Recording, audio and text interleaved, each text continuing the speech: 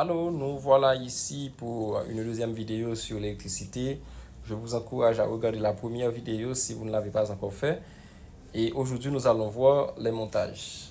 Et avant d'entrer dans les montages directement, nous allons voir quelques éléments qui sont très utiles dans un circuit électrique. D'abord, le mot circuit électrique. Toujours est-il, nous faisons l'allusion à un circuit, un parcours, des coureurs qui font un circuit et des voitures qui suivent une route, de l'eau qui coule dans une rivière, eh bien, ce sont des circuits. Dans tous les cas, il y a un mouvement, il y a un parcours, il y a un mouvement. Donc, un circuit électrique, c'est un parcours où les électrons passent. C'est un parcours où le courant circule. Donc, pour avoir un circuit électrique, on aura des éléments de base. On aura d'abord un générateur.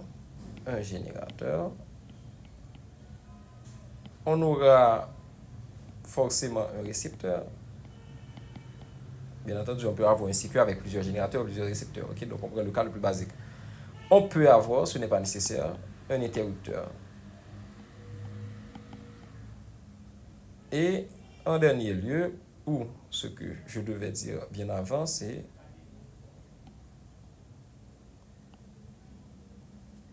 conducteur, du fil conducteur. D'abord, parlons de conducteur, eh bien, quand est-ce qu'un matériau est conducteur? Un matériau est conducteur, c'est si ce matériau-là peut conduire du courant électrique. Conducteur. Exemple, les métaux sont des conducteurs. L'eau ou quelque chose d'autre qui est mouillé, un tissu mouillé, c'est un conducteur. Ok. Si vous prenez une serviette, en général une serviette, ce n'est pas conducteur, mais si la serviette est mouillée, eh bien, elle devient un conducteur. Et par rapport à, au conducteur, il y a de l'autre côté, il y a les isolants. Un matériau est un isolant. Un matériau est un isolant, c'est s'il ne peut pas conduire du courant électrique. Par exemple, le bois sec, le bois vert, et par contre, est un conducteur. Ce n'est pas un bon conducteur, mais c'est un conducteur quand même. Et le coton, c'est un isolant. Papier, carton, ce sont des isolants. Donc, ces éléments-là, du plastique isolant, ok, ces éléments-là ne peuvent pas conduire du courant. Donc, bien entendu, la liste est très longue des deux côtés. Donc, pour le moment, on va se concentrer là-dessus. On va voir que les fils électriques sont faits de conducteurs, forcément, parce que ces fils-là doivent conduire du courant électrique. On les appelle des fils conducteurs d'ailleurs. Et ils sont en général recouverts de caoutchouc qui n'est pas conducteur. Hein, le caoutchouc n'est pas conducteur, c'est pour éviter qu'il y ait de mauvaises connexions dans votre appareil. Quand il y a ces mauvaises connexions, on dit qu'il y a des courts-circuits. Je vais vous montrer après comment on fait un court-circuit. Donc, on a vu conducteur isolant, on voit la différence entre les deux. Et maintenant, on symbolise un conducteur par un trait, tout simplement. Un interrupteur, on symbolise un interrupteur comment? Eh bien, on fait un trait discontinu, ok, d'un seul côté, un trait ouvert, et puis on met une petite porte, ok. En général, on note K. Donc, quand l'interrupteur est à ce niveau-là, on dit que le circuit est ouvert. Okay? Le circuit est ouvert, donc vous voyez une ouverture. Quand le circuit est ouvert, eh bien, le courant ne circule pas. Sinon, on a quelque chose comme ça. Ici, le circuit est fermé. Quand le circuit est fermé, eh bien, le courant circule. Comment on symbolise un récepteur? Ça dépend du récepteur. En général, on a dans nos cas des lampes. Eh bien, pour symboliser une lampe, on n'a qu'à faire un cercle avec une croix dedans. Voilà. Et on fait deux traits. Pour un générateur, on fait un grand trait, un petit trait en parallèle et on met le conducteur à côté. Le grand trait, c'est la borne positive et le petit trait, c'est la borne négative. Arrivé à ce niveau-là, on peut déjà construire un petit circuit. je vais construire un petit circuit, je mets un générateur. Oups, les deux traits ne sont pas sont parallèles, voilà. Plus, moins. Je mets une lampe. Je mets un interrupteur. Voilà. Et je peux appeler la lampe L, j'appelle le générateur G, ok, je donne des noms. Les noms sont utiles dans les exercices puisque ça vous aide à vous orienter facilement. L'interrupteur dans cet état-là, donc le circuit est ouvert, la lampe ne va pas briller, ne va pas s'allumer. Maintenant, si je change l'état de l'interrupteur, à ce moment-là, le circuit est fermé, et bien la lampe va s'allumer. Mais c'est un petit peu plus complexe, on va expliquer les autres détails dans un instant. Donc, le conducteur, voilà, ok, tous ces traits-là symbolisent le conducteur. Voilà. Tous ces traits-là que j'encadre en vert symbolisent le conducteur. Dans nos cas, en particulier, ok, à ce niveau-là, eh bien, les appareils qui seront branchés, que ce soit le générateur, le récepteur ou l'interrupteur, eh bien, ce sont des dipôles. Les dipôles, c'est-à-dire, ils ont deux pôles. Ces appareils sont des dipôles. Donc, vous voyez, la lampe a une pôle à gauche, une pôle à droite. L'interrupteur, idem. Le générateur, idem. Voilà. Ce sont des dipôles. Pour le générateur, les dipôles sont... Il y a une pôle négative et une pôle positive. Pour la lampe, ça dépend de la lampe. Okay? Certaines lampes n'ont pas de pôle positif ou négatif. On branche de n'importe quelle manière, ça va marcher. On dit à ce moment-là que la lampe n'est pas polarisée. Okay? Si la lampe a une bonne positive et une bonne négative, on va dire qu'elle est polarisée. Okay? Donc, voilà. Maintenant, ceci étant dit, on peut faire un petit circuit très simple et on peut déjà l'expérimenter, ça. Et dépendamment de votre générateur ou votre lampe, eh bien, on va voir l'effet qui va se produire. Maintenant, on va voir les types de montage. Il y a plusieurs façons de brancher deux récepteurs dans un circuit. On a un générateur, plus, moins. Ok, donc pour les cas de récepteurs, on va prendre des lampes. J'ai une première lampe, une deuxième lampe. Je les branche de manière continue. À ce moment-là, on dit on a un montage en série. Si par contre, je branche les lampes de manière parallèle, eh bien, on va dire qu'on a un montage en parallèle ou en dérivation. Ok, on dit en parallèle ou en dérivation. Voilà. Dans le premier cas, la lampe L1, une borne de la lampe L1 est branchée à une borne de la lampe L2. La borne droite de la lampe L1 est branchée à la borne gauche de la lampe L2 et la borne droite de la lampe L2 est branchée à la borne négative du générateur et la borne gauche de la lampe L1 est branchée à la borne positive du générateur. Ici, on a un montage en série.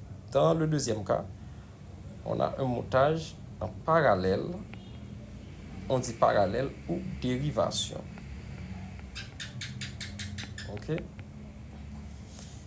Donc voilà, vous avez déjà deux types de montage. Ensuite, on va voir comment ça passe avec ces types de montage.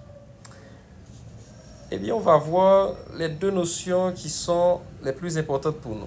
La notion de tension et la notion d'intensité. Dans le cas de montage en série, comment ça se passe? C'est que il faut avoir en vue le phénomène du courant électrique, comment les électrons circulent, et vous allez comprendre facilement comment ça se passe dans un montage en série ou en parallèle. Faisons l'analogie. La tension électrique, ça symbolise quoi pour nous? Ça symbolise, c'est comme la pente de la rivière. Donc vous avez ce premier cas, et disons que vous avez un autre cas comme ça, K1, K2. Dans le premier cas, la pente est plus faible. Ok? Dans le deuxième cas, on a une plus grosse pente. Donc, si vous laissez tomber un seau d'eau dans le premier cas, et un seau d'eau de la même dimension dans le deuxième cas, on est d'accord avec moi que la force engendrée par le deuxième cas sera plus grande que celle engendrée par le premier cas. Ça, c'est comme ça qu'il faut comprendre la tension électrique. Donc, la tension, c'est 6 volts. Si vous avez une batterie qui donne 12 volts par rapport à une batterie qui donne 6 volts, donc la batterie donnant 12 volts, eh bien, va permettre d'engendrer pour une résistance donnée un plus grand courant électrique. Et le courant, c'est quoi? Le courant, c'est la vitesse à laquelle l'eau circule. Ok? Un courant d'eau, c'est la même chose qu'un courant électrique, sauf que le courant d'eau, c'est de l'eau, le courant électrique, ce sont des électrons. Ceci étant dit, lorsque nous avons un circuit en série, la tension ici, on l'appelle U1. La tension ici, on l'appelle U2. La tension du générateur, on l'appelle UG. Eh bien, on aura UG égale à U1 plus U2. Parce que pour la tension, c'est une question de différence de potentiel. Différence de potentiel, eh bien, c'est différence au niveau des pôles. Si on prend pôle A, pôle B, ok, et pour mesurer la tension, on utilise un voltmètre, on doit brancher, le voltmètre est symbolisé par un cercle avec un V dessus. On branche le voltmètre en parallèle avec le générateur. À ce moment-là, on peut mesurer la tension bonne du générateur. Mais remarquez bien, quand vous mesurez la tension bonne du générateur, la tension AB, eh bien, c'est la même chose que de mesurer la tension aux bornes des deux lampes assemblées.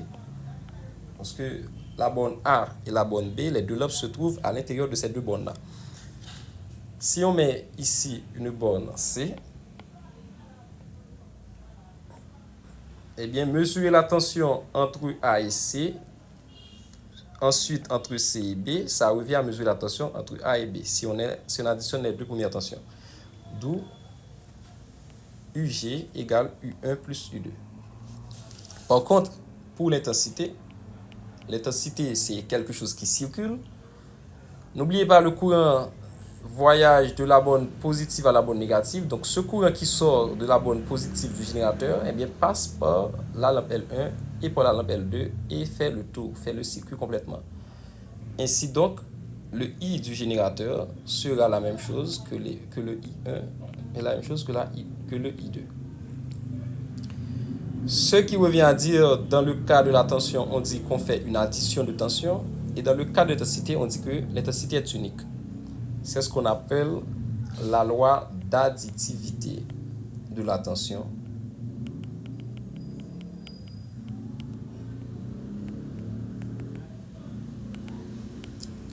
Et dans le cas de l'intensité, on parle de la loi d'unicité de l'intensité. Pour le cas d'un circuit en parallèle, c'est exactement la réciproque, je dirais. Eh bien, si on considère les bornes AB, remarquez bien que la borne A est commune aux deux lampes et elle est commune également au générateur. Idem pour la borne B. Donc, si on mesure la différence de potentiel entre ces deux bornes-là à l'aide d'un voltmètre, okay, ce que le voltmètre mesure entre A et B, eh bien, cela va pour le générateur, on l'appelle UG. C'est la même chose pour L1, L2, car L1, L2 est entre ces bornes. Donc, c'est égal à U1. Et c'est la même chose pour L2. L2 est entre ces bornes, je l'appelle U2. Tandis que pour l'intensité, le courant électrique, le courant qui sort de la borne positive du générateur, voilà, arrive ici, et bien trouve deux chemins. Une partie passe par L1, une partie passe par L2, dépendamment des deux lampes, dépendamment de la résistance de chacune des lampes. Ainsi donc, on a I générateur égale à I1 plus I2. Donc, quand le montage est en dérivation, on parle de la loi d'unicité pour la tension, de la tension.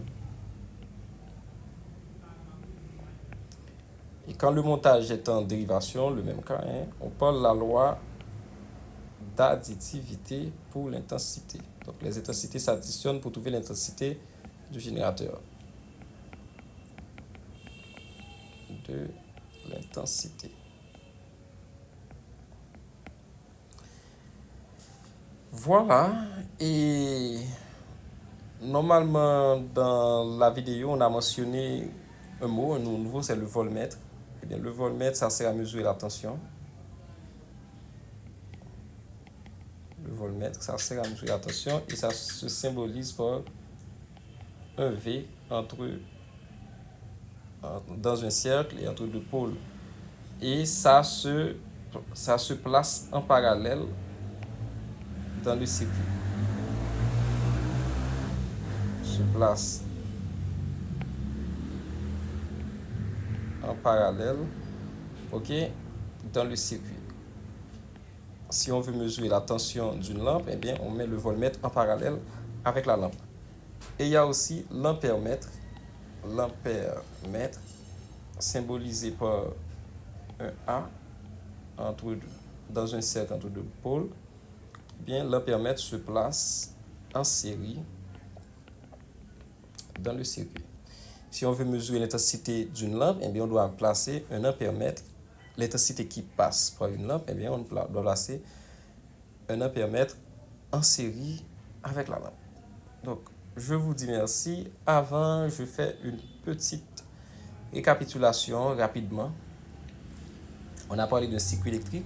Dans un circuit électrique, il y a forcément un générateur, un récepteur et des conducteurs. Il peut y avoir un interrupteur permettant d'ouvrir ou de fermer le circuit.